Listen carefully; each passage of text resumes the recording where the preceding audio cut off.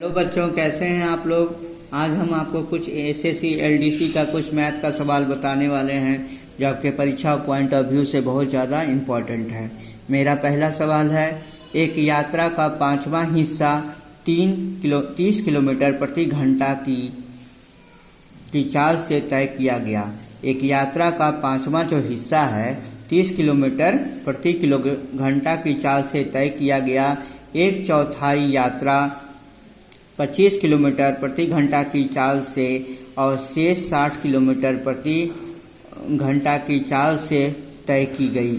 पूरी यात्रा में औसत चाल किलोमीटर प्रति घंटा 1 स्थान तक क्या होगी। ऑप्शन है 40.5, 30.6, 25.4, 38.7 है। तो हमको क्या है कि औसत चाल दिया हुआ है, औसत चाल हमको क्या है निकालना है कि यानी पूरी यात्रा में है ना औसत चाल क्या होगी। पूरी यात्रा में औसत चाल हमारी क्या होगी, ये हमको क्या करना है निकालना है। तो हमको क्या है कि मान लेते हैं हम लोग क्या है इसको मान लेते हैं कि यहाँ पर दिया हुआ है पहला में जो एक यात्रा का जो 5वां हिस्सा है 30 किलोमीटर प्रति घंटे की चाल से तय किया गया है। एक चौथाई जो यात्रा है वह 25 किलोमीटर प्रति घंटे की चाल से और शेष जो यात्रा है वह 60 किलोमीटर प्रति घंटे की चाल से तय किया गया है। तो मान लेते हैं कि कुल दूरी इसका कितना है। चाल बराबर क्या होता है, कुल दूरी बटा समय होता है। कुल दूरी बटा क्या होता है, समय होता है। तो हम मान लिए अपने मन से कि मान लें कि कुल दूरी कितना है 20d किलोमीटर है। अपने मन से 20d किलोमीटर है। तो औसत चाल बराबर क्या होता है, कुल दूरी बटा कुल समय होता है। तो उस हिसाब से क्या है, कुल दूरी हम माने हैं 20d माने हैं। अब बटा क्या है, बटा क्या है। अब यहाँ पर क्या है कि यहाँ पर एक यात्रा का जो 5वां हिस्सा है 30 किलोमीटर प्रति घंटे की रफ्तार से हमको तय किया गया। यानी 3 तरह का यात्रा तय किया गया, 30 किलोमीटर प्रति घंटे की रफ्तार से तय किया गया है। यानी क्या हो जाएगा 4d/30 हो जाएगा। यानी इसमें भी क्या है समय, यानी कुल समय है, क्या है कुल समय है। तो कुल समय बराबर क्या होता है, दूरी बटा चाल होता है। तो दूरी कितना है, चाल कितना है, 5वां हिस्सा का चाल कितना है 30 किलोमीटर प्रति घंटा का। और इसमें क्या है 4d, यानी कुल दूरी इस हिसाब से 4d/30 हो गया। अब प्लस क्या है, अगला क्या है एक चौथाई यात्रा। एक चौथाई यात्रा का क्या हो जाएगा 5d/25 हो जाएगा। अब प्लस क्या हो जाएगा शेष यात्रा। तो शेष यात्रा कितना हो जाएगा 11d/60 हो जाएगा। 11d बटा कितना हो जाएगा 60 हो जाएगा। यानी टोटल जो है, इसी कारण से टोटल जो है 20d यात्रा किया था। कितना यात्रा किया था 20d यात्रा किया था। तब हम क्या करेंगे कि नीचे से एलसीएम ले लेंगे, 30, 25 और 60 का एलसीएम ले लेंगे। यहाँ पर कट कर देंगे, 2/15 हो जाएगा, 1/5 हो जाएगा और 11/60 हो गया। ये d से d क्या हो जाएगा कट जाएगा और इसका एलसीएम ले लेंगे तो कितना आ जाएगा 60 आ जाएगा। कितना आ जाएगा, इसका एलसीएम लेने पर 60 आ जाएगा। 60 लेके सॉल्व करेंगे तो कितना आ जाएगा हमारा 31/60 आएगा। 31/60 आएगा। तो यहाँ पर 60 ऊपर चल जाएगा तो क्या होगा, अब इसको क्या हो जाएगा 1200/31 आ जाएगा। कितना आ जाएगा 1200/31 आएगा। 1200/31 को इसको सॉल्व करेंगे तो कितना आएगा 38.60 किलोमीटर प्रति घंटा है। यानी कुल मिलाकर अगर देखा जाए कि यात्रा जो हो रहा है मतलब डिस्टेंस के हिसाब से क्या है 1/5वां हिस्सा, एक का 1/5वां हिस्सा जो यात्रा हुआ वह हमारे कुल हिसाब से क्या हो गया, यानी कुल हिसाब से एक का यात्रा हो गया। यानी क्या है 4d/30 हो गया। यानी 5वां हिस्सा का कुल समय लगा 4d/30। फिर उसके बाद क्या है चौथाई हिस्सा का क्या हुआ, यात्रा का कुल समय 5d/25 हो गया। और शेष बचा हिस्सा, क्योंकि यहाँ 4d + 9d है तो 4d + 5d हो गया तो 9d हो गया। तो 1 माइनस क्या हो जाएगा 1/9d, 9d को 1/9 करके घटा लेंगे तो कितना बचा 11। 11D, क्योंकि टोटल दूरी कितना माने हैं हम लोग 20D माने हैं। तो उस हिसाब से 20D अगर हम लोग माने थे कि कुल दूरी हमारी कितनी है 20D है, तो इसका चौथाई हिस्सा कितना हो गया, चौथाई हिस्सा तो इसका कितना हो गया 1/5 हो गया, और इसका 1/5 हिस्सा 4D हो गया, और उसी हिसाब से शेष हिस्सा कितना हो गया 4 + 5, इसे घटा लेंगे 20 से तो 11D हो गया। अब इसको सॉल्व कर देंगे, सॉल्व करके आंसर आ जाएगा। अगला सवाल है, यदि cos थीटा बराबर क्या है 4x/1 + 4x² है तो sin थीटा का मान क्या होगा। ऑप्शन है 1 + 4x² बटा 1 - 4x², बी का वैल्यू है 1 - 4x² बटा 1 + 4x², और सी का वैल्यू है 1 - 4x² 4x, और डी का वैल्यू है 1 + 4x² बटा 4x²। क्योंकि cos थीटा का वैल्यू इतना दिया हुआ है, क्योंकि हम जानते हैं क्या कि sin थीटा बराबर क्या होता है √1 - cos² थीटा होता है। तो इसको वैल्यू रख देते हैं, cos² थीटा का कितना दिया 4x/1 + 4x², तो माइनस क्या हो जाए cos² 16x² बटा 1 + 4x² का होल स्क्वायर। अब क्या करेंगे, इसमें एलसीएम ले लेंगे तो क्या हो जाएगा, ये इधर चला जाएगा, तो इसको a + b का होल स्क्वायर है 1 + 8x² + 16 4x², और माइनस क्या है 16x², ये हो जाएगा 16x² हो जाएगा। अंडर रूट क्या हो जाएगा 1 माइनस क्या हो जाएगा 8x² को लिख सकते हैं 2 - 4x² इंटू 1 + 4x का होल स्क्वायर बटा 1 + 4x²। अब क्या होगा a - b का होल स्क्वायर पे चल जाएगा 1² माइनस क्या है 4x का होल स्क्वायर का होल स्क्वायर, 1 - 4x का स्क्वायर का होल स्क्वायर बटा 1 + 4x², ये क्या है स्क्वायर है तो हट जाएगा, स्क्वायर रूट इसका 1 - 4x² बटा 1 + 4x²। यानी जो हमको cos थीटा का जो मान दिया हुआ था 4x बटा 1 + 4x², sin थीटा का मान कितना हो जाएगा, sin थीटा का मान निकल के हमारे पास आया 1 - 4x² बटा 1 + 4x² आ गया। अगला सवाल है 125 रुपये पर क्वेट की गई, 125 रुपये पर क्वेट की गई 1 दर्जन नोटबुक 20% छूट पर उपलब्ध है। 75 रुपये में कितने नोटबुक खरीदे जा सकते हैं। ऑप्शन दिया है 9, 8, सी है 10 और डी है 6 है। तो यहाँ पर कहता है कि 1 दर्जन नोटबुक क्या है 20% छूट पर क्या है उपलब्ध है। कितना छूट पे उपलब्ध है 20% छूट पे उपलब्ध है। तो सबसे पहले कितना 1 दर्जन नोटबुक खरीदने में कितना धनराशि लगी है इसको निकाल लेते हैं। तो 125 हमारा क्या है कितना रुपया कोट किया गया 125 रुपया कोट किया गया है। तो 125 रुपया पे क्या है 80% खर्चा हुआ है, धनराशि लगा है। तो यहाँ पर क्या हो जाएगा 125 इंटू 80%। तो यहाँ प्रतिशत हटाएंगे तो क्या हो जाएगा 1/100 और इसको काट कूट के करके लाएंगे तो कितना हो जाएगा 100 रुपया आ जाएगा। यानी 1 दर्जन नोटबुक खरीदने में लगा धनराशि कितना हो गया, जब 20% का छूट था तो 100 रुपये लग गया। उसी हिसाब से क्या है कि 75 रुपये में कितने नोटबुक खरीदे जा सकते हैं।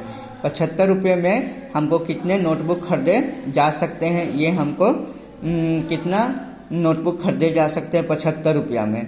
तो इस हिसाब से क्या है कि हम क्या है 100 रुपया में हमारा क्या है 100 रुपया में जो है कि मतलब क्या है कि यहाँ पर क्या हो जाएगा 12/100 इंटू 75 हो गया।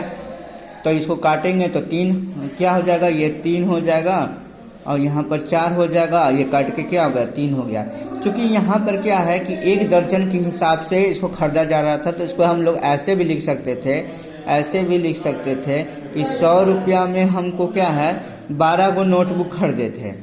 ठीक है, तो 1 रुपया में कितना हो गया तो 12/100 हो गया और इसलिए कितना हो गया 75 रुपया में कितना हो गया 12/100 इंटू 75 हो गया। तो उस हिसाब से कितना हो गया 9 रुपया आ गया।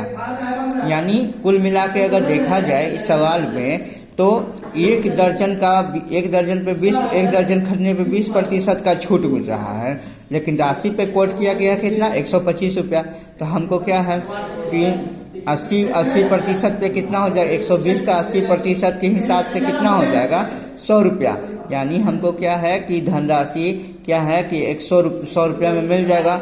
उसी हिसाब से 75 रुपया में कितने नोटबुक खरीदे सकते हैं 75 रुपया में 9 गो नोटबुक खरीदे जा सकते हैं। अगला सवाल है 3.46 सेंटीमीटर ऊंचाई वाले समबाहु त्रिभुज का परिमाप यानी क्या है, समबाहु त्रिभुज का परिमाप कितना होता है, 3a होता है। समबाहु त्रिभुज में तीनों भुजाएं क्या होती हैं, बराबर होती हैं, तो सबका साइड्स a है, सबका साइड्स क्या, जैसे समबाहु त्रिभुज हो गया यानी ए बी सी समबाहु त्रिभुज है, सबका साइड्स क्या है, a है, तो इसका परिमाप क्या, सम ऑफ दी साइड्स होगा a बराबर 3a हो गया।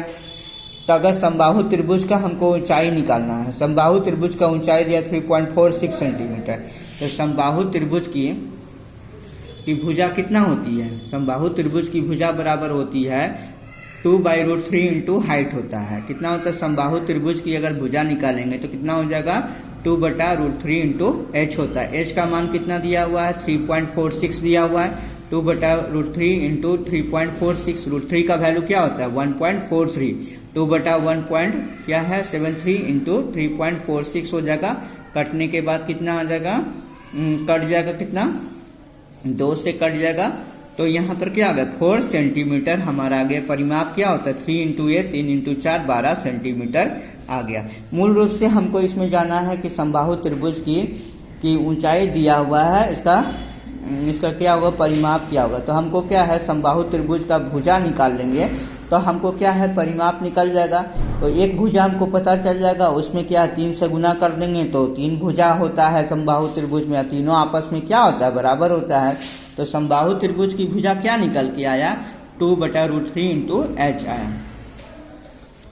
अगला सवाल है, एक नाव जो है स्थिर जल में 19 किलोमीटर प्रति घंटे की चाल से चल सकती है यदि धारा की चाल जो है 3 किलोमीटर प्रति घंटा है। धारा की चाल कितना है, 3 किलोमीटर प्रति घंटा है। तो नाव द्वारा 88 किलोमीटर प्रति घंटे की दिशा में और 24 किलोमीटर धारा की विपरीत दिशा में जाने में कुल कितना समय घंटे में लगेगा। ऑप्शन है 5, 5.5, 4, 4.5। तो टोटल क्या है, समय हमसे पूछा है कि कितना समय लगेगा हमारा। तो हमारा क्या है कि एक नाव जो है स्थिर जल में कितना किलोमीटर प्रति घंटे की चाल से चल रही है। एक नाव 19 किलोमीटर प्रति घंटे की चाल से चल रही है। ये हमारा जो स्थिर मतलब क्या, नाव की चाल कितना हो गया, 19 किलोमीटर प्रति घंटा हो गया। और उसके बाद क्या है, यदि धारा की चाल 3 किलोमीटर प्रति घंटा है तो नाव द्वारा क्या है 88 किलोमीटर की दिशा में और 24 किलोमीटर क्या है धारा के विपरीत दिशा में। देखिए क्या होता है कि धारा के विपरीत दिशा में क्या होता है कि नाव की चाल और धारा की चाल क्या हो जाएगा, घट जाएगा, और समान दिशा में क्या हो जाएगा, जैसे धारा चल रही है और ऐसे नाव भी चल रहा है, तो दोनों का क्या हो जाएगा, दोनों का चाल जुड़ जाता है।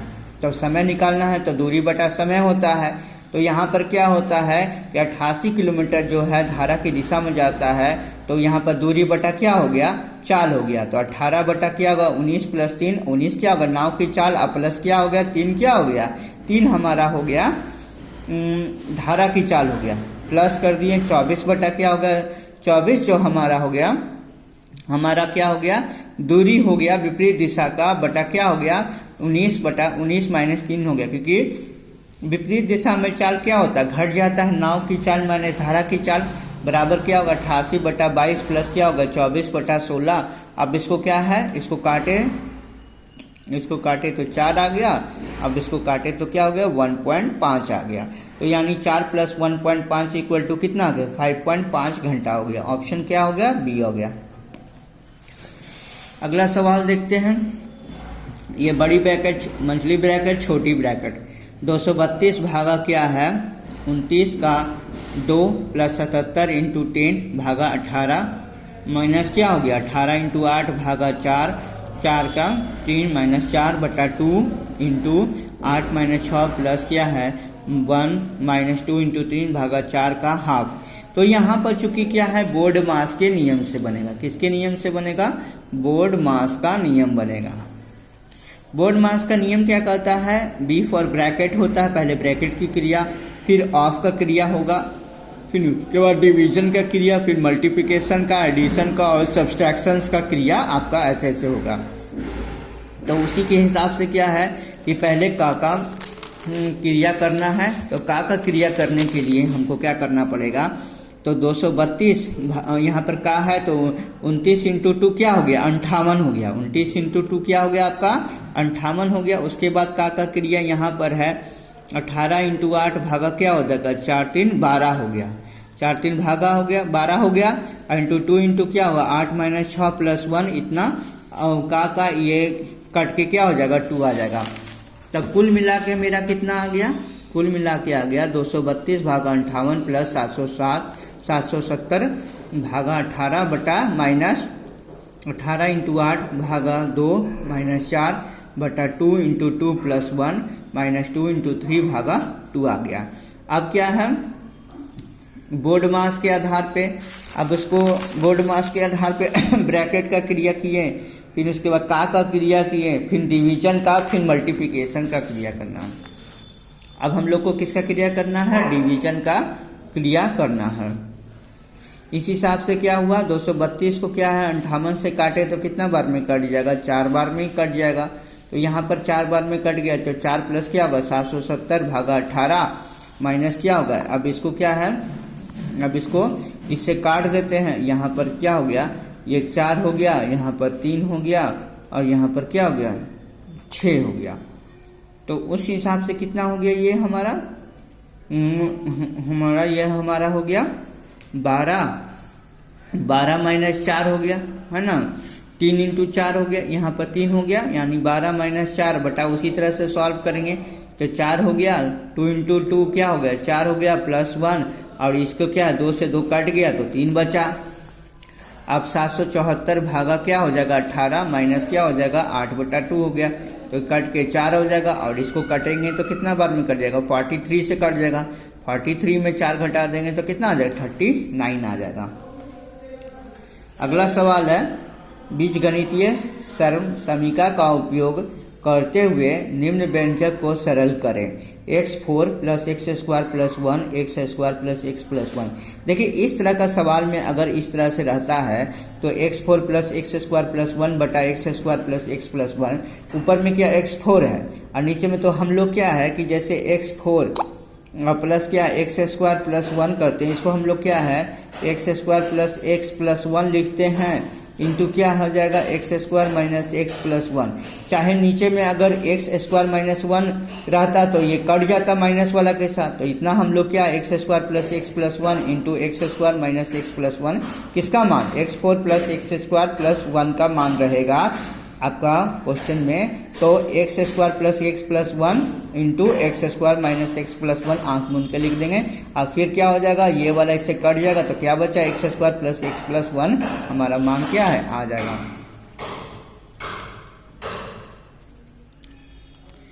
अगला सवाल देखते हैं, 1170 रुपया में किसी वस्तु को बेचने से एलिसा को उतनी ही हानि होती है जितना उसे इस वस्तु को 22% लाभ पर बेचने से लाभ होता है।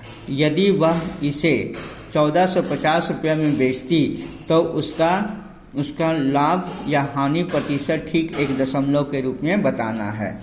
यानी 1 दशमलव के रूप में क्या है हमको बताना है कि कितना होगा। यानी कहने का मतलब हुआ कि 1170 रुपया में उसको बेचने से क्या है एलिसा को उतनी ही हानि होती है जितना उससे वस्तु को क्या 22% लाभ में बेचने से होता। यानी हानि और लाभ दोनों क्या है सेम है। तो यहाँ पर क्या है कि यहाँ 22% और यहाँ वस्तु का क्या है वस्तु को बेचता है, यानी वस्तु का विक्रय मूल्य 1170 रुपया है। तो हमारा क्या होता है कोई भी जो होता है CP 100% होता है, तो 100 में 100 घटा देंगे तो कितना हो जाएगा, 100 में 22 घटा देंगे तो कितना हो जाएगा 78% हो गया। यानी 78% क्या हो गया हमारा SP हो गया, और ये वस्तु का विक्रय मूल्य भी क्या हो गया 1170 हो गया। प्रतिशत में जो हमारा SP हो गया और ये हमारा मूल्य में SP दोनों आपस में बराबर हो गया, तो 100% से निकाल लिए, तो 100% से निकालने तो इसका क्रय मूल्य हो गया 1170 इंटू 78/100, इसको काटे तो क्या आ गया 1500 रुपया आ गया। कितना आ गया 1500 रुपया आया। क्रयमूल्य हो गया 1500, हानि हो गया कितना, अब हानि से निकाल लेते हैं।